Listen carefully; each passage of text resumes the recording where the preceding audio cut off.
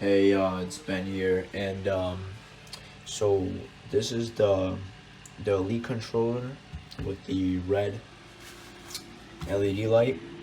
So what I like about it most is you can remove the joysticks. You can swap out these with a different one. I don't have it on me right now, but yeah, you can take off the back paddles, no problem, just like that. It's Everything is very easily. It's all magnetic. These backs, so that's the stop trigger. If I put it all the way, it goes all the way down. And if I put it to the middle, it stops in the middle, and then all the way down, it's like a point something millimeter. Um, so yeah, this is a very solid controller. Um, there's a lot of customizations that come with it. So if I go to the configure, you have a lot of customizations you could do with it, which I like. You could do mapping on it. You could put an assignment on the joystick, the sensitivity curve, the curve adjustment, and the calculation. You could put dead zones on the triggers, and you could do mirror triggers. You get to control the vibration on every single point on the controller, and you can change the color of the LED light. So if I put it to white, and let's see, if I put it to white,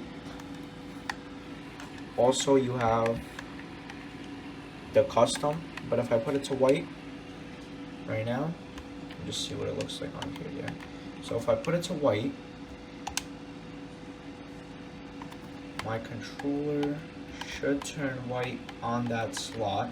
So you do have 3 slots, and yeah, so you could do a lot with this controller.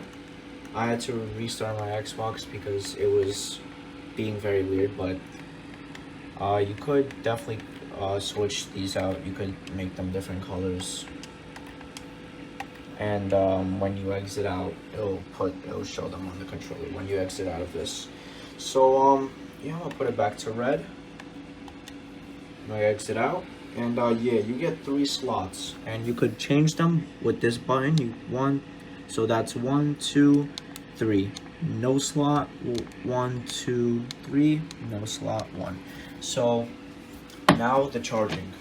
So with charging, it comes with this cable, and controller lasts very long time. It lasts for me, it lasts up to 3 weeks.